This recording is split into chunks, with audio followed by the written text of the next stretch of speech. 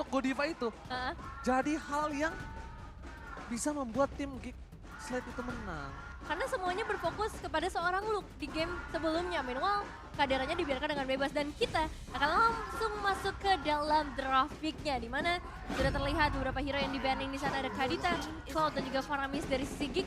Meanwhile, untuk tim Aura Fire mereka akan langsung mengeliminasi Natalia, Joy dan juga One sama seperti dengan game sebelumnya. Bahkan untuk first pick juga Kaja lagi-lagi diamankan oleh teman-teman dari tim Geek Slate. Benar banget, dengan dukungan yang dibutuhkan oleh para pemain dari Aura Fire. Apalagi para frontliner biasanya itu di garis depan kayak macam Godiva, macam-macam Fluffy. Itu butuh support system secara langsung. Untuk mereka bisa ngeboosting lagi, ngeriset mental yang mungkin tadi di game pertama agak cukup goyang. Tapi ya untungnya ada orang-orang terkasih mereka di sini. Betul. Jadi bisa langsung dibalikan kembali moodnya. Dan ini di Baloski. Dimana first team winner best roamer. MPL Indonesia Season 10, second One Esport MPL Invitational. Second Top Clans 2022 Winter Invitational juga. Ya, baru satu season ya bisa dibilang untuk seorang Baloski ini hadir di teman-teman Geek. Tapi ternyata udah banyak banget prestasi yang ditorehkan oleh teman-teman Geek dengan adanya seorang Baloski. Tapi kalau kembali lagi ke arah draftingnya ya, kita melihat adanya Frederin dan juga Valentina bersama seorang Moskov juga. Dan Valentina Facehugger di game sebelumnya sebenarnya menarik perhatianku banget dengan adanya copy ultimate ke arah Divine Judgment. Dia hampir bisa menyelamatkan teman-temannya, tapi almost is never enough ya kalau kata Bang Oji sendiri. Dan juga untuk Geek Slate, ada Glue dan juga Farsha yang langsung mereka amankan kali ini. Sebenarnya ini gak berbeda jauh sih dengan game sebelumnya. Dimana lagi-lagi ada Kaja dan juga Glue bersama seorang Farsha. Ini ada head to head antara seorang Kabuki dan Kadera. Kita tahu One Kadera itu cukup bersinar tapi GPM yang tinggi. Bahkan Kabuki dilampaui 2 peringkat dari seorang Kadera loh Nevin. Dengan ada 720 GPM. Sedangkan Kabuki ini dengan 705. Tapi untuk ngomongin average KD ya, Kabuki sering melakukan solo pick off, solo kill di arah backline-nya. Ya karena memang dari segi damage seorang Kabuki ini dia tahu banget positioning seperti apa yang bisa dia manfaatin terutama ke arah team fight sih. Dia tahu bagaimana targeting yang benar-benar akan menguntungkan buat timnya nantinya. Meanwhile Kadera juga yang baru saja mendapatkan MVP di game sebelumnya. Performance dia jujur bagus banget. Dia bisa mandiri di area laningnya, membuat teman-teman lainnya bisa fokus ke arah team fight. Dan ketika udah ready dengan item-item yang dia butuhkan, dia bakal kembali dan memberikan impact yang besar banget untuk arah team fight-nya. Satu hal lagi yang harus coba dilakukan oleh tim dari Aura sekarang. Melihat ada 3 pick yang mereka sudah dapatkan sekarang ya Nevin ya. Mereka ini mungkin harus akan menjaga Kabuki dengan maksimal. Walaupun Kabuki ini mengcounter pergerakan dari Glue itu sendiri. Tapi kalau di adjustment all in terhadap seorang Kabuki. Itu juga menyelesaikan harinya dia untuk hari ini, Nevin. Iya, benar. Banyak banget yang harus diperhatiin nih sama teman-teman dari Geek Slate maupun dari tim Aura Fire. Dengan adanya seorang Moskov memang dia bisa nge-counter pergerakan dari seorang Glue-nya seperti kata Bang Oji tadi. Tapi nanti kita bakal lihat di area laning-nya apakah benar dari seorang Moskovnya ini bisa dalam posisi yang cukup aman karena adanya Farsha bisa dibilang menjadi salah satu bahaya ketika Moskov mengambil jarak yang terlalu dekat. Dan lagi-lagi akan ada Kufra di game kali ini di tangan Aura. Jadi perubahannya sebenarnya baru di si Moskov doang. Oke, tapi ingat, jangan lupakan Nevin. Apa tuh? Kemarin ketika Geek Slate berhadapan dengan Onyx, aku kan selalu mengambil dari data ya. Oke. Data game sebelumnya. Siap. Cewek itu hampir gak dikasih bermain sama tim dari Geek Slate. Oke. Bahkan walaupun dengan kemenangan yang dia miliki dari tim Onyx Esport, cewek selalu berada di dalam under kondisi laningnya. 1. Ya kan? Berarti tandanya Kabuki mungkin saja bisa dalam keadaan yang sama. Kedua, history di game sebelumnya Geek Slate selalu mengincar di mana God Laner musuhnya berada. All in, bahkan dibekuk sampai nggak bisa nafas, nggak bisa farming, dimiskinkan. Dan itu saja bisa terjadi untuk seorang Kabuki juga. Jadi, tim Aura harusnya udah review akan hal itu. Evaluasi dari permainan lawan mereka yang sudah terjadi kemarin. Karena kita tidak punya data lagi selain pertandingan kemarin. Iya, baru 2 hari. Based on kemarin doang yang bisa mereka lakukan. Betul, dengan 2 hari pertandingan mereka harus siap dengan apapun yang terjadi di game kali ini. Tapi untuk game yang pertama harusnya mereka udah mulai belajar, apalagi untuk draftingnya nggak terlalu berbeda jauh dan ada beberapa perubahan yang diberikan oleh teman-teman dari tim Kick. Alright, kalau begitu, ini dia. Aura biasanya bisa membawa game ini ke game yang ketiga. Karena Aura biasanya suka bangkit dari keterpurukan. Tapi apakah mereka mampu mempertahankan God Laner mereka, core mereka dari keganasan Geekslate? MPL Arena bisa tepuk tangannya! Woo! Kata kita sebentar lagi akan menuju ke arah Lane of Dawn. Tuh lihat tuh, di sana udah ada tuh. Nontonnya pakai layar tancap. Bukan layar tancap dong. Bukan ya? Bukan, beda. Aduh. Oke, Beda ya? kita Tapi maksudnya kalau ada di atas begitu, nonton layar tancap. itu kan layar, itu TV bang. Ah, sombong ya, pakai TV. Oke, kita akan langsung masuk ke dalam Lane of Dawn. Kali ini antara Geekslate dan juga Aura Fire, game kedua game penentuan pastinya. Untuk Geekslate maupun dari tim Aura Fire. Dan terlihat juga sebenarnya ada pergerakan yang cukup berani dari teman-teman Geekslate.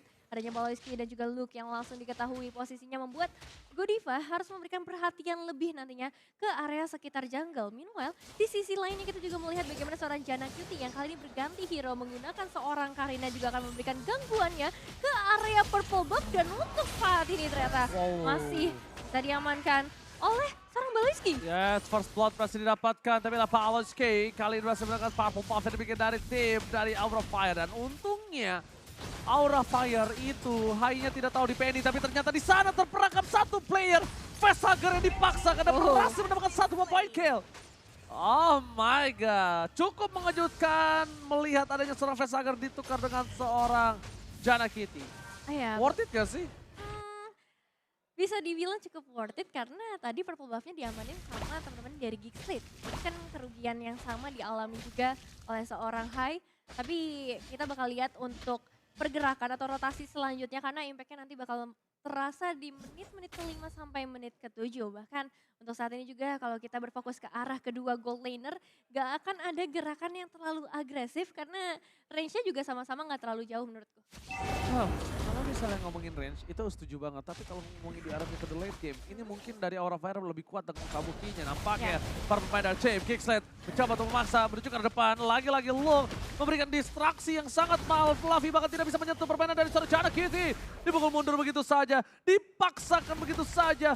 Fluffy tidak punya energi untuk membalikkan kembali keadaan yang dia miliki. Hai, terperangkap sudah. Retribution kali ini dimenangkan oleh para pemain dari tim Geekslate. Tepakan all in terhadap seorang Godiva adalah keputusan yang tepat untuk bisa mendapatkan keuntungan maksimal. 1 point kill plus turtle, cuan for life. Yes, cuan for life. Karena balik lagi ya, distraksi dari seorang Luke yang benar-benar bagus banget. Dan kali ini talent prediction. Enggak, aku berubah haluan. Oke, Nevin berubah haluan menjadi Geekslate dan ternyata caster Indonesia tersisa 2 saja yang menuju ke arah Aura Fire. Koko Lim dan juga Akang Ranger Emas. Akang Ranger Emas. Tapi baik lagi ini adalah sebuah prediksi dan kita bakal melihat nanti kenyataannya seperti apa realitanya. Apakah benar dari Aura Fire bisa mendapatkan kemenangan atau bahkan Geekslate yang kali ini bisa mendapatkan 2-0. Karena sejauh ini pressure terus-menerus dilakukan oleh Godiva dan juga Balowski yang sama-sama memberikan pressure tersebut ke arah Aura Fire. Oh, dipaksa begitu saja. Ada Hai menggunakan satu bar retribution-nya kah? Berhasil mencoba untuk mendapatkan satu, tapi lihat Little Wanderer lagi kembali di tangan dari seorang Geekslate. Masalahnya, Little Wanderer yang dia pegang ini adalah Little Wanderer di bottom lane jatuhnya. Kenapa aku bilang masalah? Informasi harusnya dipegang oleh tim Geekslate full dengan adanya kondisi tidak bisa melakukan ganking. Luke, Divine Jasper didapatkan, pada restrek tepakan, Hai terperangkap. Jepiting yang dilakukan oleh seorang Luke membuat seorang Hai terperangkap di garis depan dan bahkan coba bisa ditumbangin begitu saja tanpa ada following up damage. One last hit. Berhasil selamat, tim adjustment bahkan mau gak mau dikeluarkan untuk mendapatkan Hai di depan sana. Luke mendapatkan Hai bersama dengan seorang Facehugger kah, tapi Fluffy is coming. Geekslate kali ini harus kehilangan seorang Luke dan juga Aboy. Keuntungan jadi di tangan dari tim Geekslate sebelum Kabuki kali ini juga menjadi kerugian untuk tim Aura Fire. Iya, karena hide-nya berhasil ditumbangkan dan kalaupun Luke harus tumbang sebenarnya nggak jadi masalah yang begitu besar. Cuman pergerakan yang bagus juga dari Aura Fire untuk langsung melakukan trapping di area top lane. Dan kalau kita melihat ke area emblem ada perubahan sedikit kemana, dimana dari seorang Aboy-nya bakal lebih fokus ke arah damage dengan HP yang begitu tinggi dari Aura Fire nantinya akan memberikan damage yang lebih maksimal juga. Meanwhile, untuk Valentina dari seorang Facehager akan fokus ke arah Mystery Shop terlebih dahulu, memaksimalkan potensi keuangan dan juga ekonominya agar item musician-nya nantinya akan lebih mudah didapatkan oleh Aura Fire. Di arah bottom lane, turret berhasil didapatkan dominasi Kadera. Ini benar-benar bersinar banget Kadera semenjak season kemarin. Nama Kadera ini selalu menjadi pilihan utama dan bahkan di pencatsman dibalaskan kembali. Dengan Tyre Reds, it's a pick up dari seorang Kadera nggak bisa dibentuk kembali. Hai, terperangkap tapi malah Facehager yang menjadi korban kedua. Aura Fire, apa yang terjadi dengan Aura kali ini? Apinya meredup dan bahkan Kingsland menyiramnya dengan air. Melihat mereka empatilakan Aura Fire. What happened Naya Naon? Wow, 3 pemain harus hilang. Meskipun memang mereka bisa melakukan sedikit efek push di area top lane. Tapi ini nggak terlalu worth it sih. Karena bahkan kalau kita melihat ke area mid outernya udah sangat amat sedikit. Godiva mencoba melakukan satu buah inisiasi. Tapi masih ada Wiz by Wiz yang bisa dikeluarkan oleh seorang Aboy. Bahkan lihat Tyre Reds dibuka. Baru ada satu Purify, Godiva di garis depan. Mencoba ditangkap oleh Luke. Di-all-in oleh seorang Aboy. Aboy, sang missing puzzle dari Kingsland. Akhirnya benar-benar membuat mereka perkasa dari game kemarin. Walaupun Kingsland tumbang di tangan dari Odi. Tapi memang permainan Aboy ini menjadi jawaban untuk seluruh pemain dari tim Kingsland. Iya, dan jujur sejauh ini Geekslate benar-benar leluasa banget buat mainin seluruh hero mereka, seluruh strategi mereka, karena belum ada jawaban dari Aura Fire yang terlihat. Kalau kita ngomongin ke arah itemization, ada yang cukup timbang dari kedua marksman kita, Golden Staff dan juga Corrosion udah diamankan oleh seorang Kadera. Meanwhile, dari seorang Kabuki masih butuh waktu yang lebih lama, item dan juga uang yang lebih banyak untuk bisa mendapatkan item berikutnya. Wow, dengan adanya purple buff yang dijagain ketat oleh seorang Godiva. Nampaknya para pemain dari tim Aura Fire mereka agak cukup ketar-ketir dari seorang Hai akan kehilangan lagi. Tapi Tyre Reds telah dikeluarkan. Janek ini menjadi pilihan utama. Mundur ke arah depan. Dipecah tetap didapatkan walaupun flicker telah dimiliki dari Facehager. Lihat kerugian yang cukup mahal. Flavi tidak bisa menuju ke arah backline. Terlalu sakit damage yang diberikan dan bahkan itu belum ada seorang Kadera. Ada Kadera di sana. Itu pasti bisa membuat tim Aura Fire akan ketar-ketir. Wow, pergerakan dari seorang Fluffy sebenarnya udah on point banget ya untuk langsung ngejar ke area backline-nya. Tapi sayangnya damage dari Geekslate dengan perbedaan gold sampai ke arah 6.000 nggak bisa cukup untuk ditahan oleh seorang Masya. Dan juga Facehager yang hilang, ini menjadi satu kekosongan dari Aura Fire untuk bisa memberikan damage tambahan. Apalagi kita melihat juga beberapa kali Divine Judgment diamankan oleh seorang Facehager menjadi satu inisiator. Tapi untuk saat ini satu pemain harus hilang di depan mata, yaitu seorang Baloyski. Baloyski sang tank nakal kali ini harus ditubangin ketika ada sebuah turtle yang didapatkan oleh tim Geekslate atau tidak. Tidak akan ada perfect turtle nampaknya untuk para pemain dari tim Aura akan coba mengambil satu turtle dari tim Geekslate. Tapi problemnya adalah dengan adanya ketertinggalan level. Sekitar 2 level mereka akan under dari segi retribution. The power of retribution akan minim untuk tim Aura Fire. Mau tidak uam, mereka harus memaksa team fight. Memakan satu hero dulu, baru mereka harus bisa melakukan turtle. Tapi posisinya semua sudah berbeda. Keadaan kembali lagi menuju ke arah Kingsland. Baloyski kembali hidup dan akan sudah terbang di lane of dawn. Bahkan tidak 3 turtle, tapi tim Kingsland mereka mau lebih.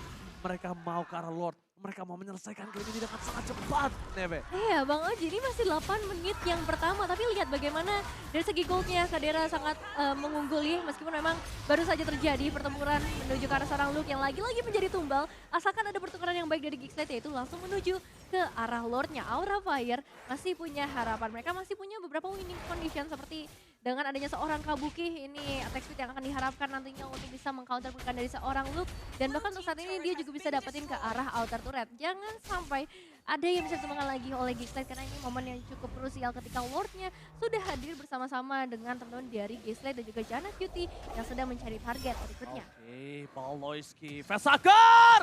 Dipecah dan all-in yang mencoba didapatkan oleh para pemain dari tim Aura Fire di depan sana nampaknya gak berhasil. Facehager mengejutkan permainan dari seorang Facehager. kali ini benar-benar selamat. Tapi bukan itu doang masalahnya. Facehugger tidak memiliki satu buff flicker kembali. Kalau di all in oleh para pemain dari tim Aura Fire, kali ini bisa kehilangan Facehugger. Dan satu-satunya jawaban dari high ground, Aura Fire adalah seorang Facehugger, Nevin. Iya, dengan Feather Attack yang udah diamankan juga dengan ultimate IMU untuk seorang Facehugger, ini bakal menjadi kesempatan yang besar untuk mereka. Tapi lihat bagaimana dari seorang Aboynya mencoba memberikan pembalasan damage yang begitu besar dengan Lord yang mereka bawa. Look, lagi-lagi harus hilang, tapi apakah akan ada pertukaran yang terjadi? Karena untuk saat ini, dua pemain sudah berhasil, itu bahkan Kabuki mencoba memberikan pembalasan, tapi ternyata damage-nya belum terlalu maksimal, bahkan hanya untuk menembakkan seorang Aboy saja sulit. Ya, lihat gimana berbalik damage yang diberikan oleh seorang Moskov. Kali ini terhadap Karina tidak terlalu berimpact.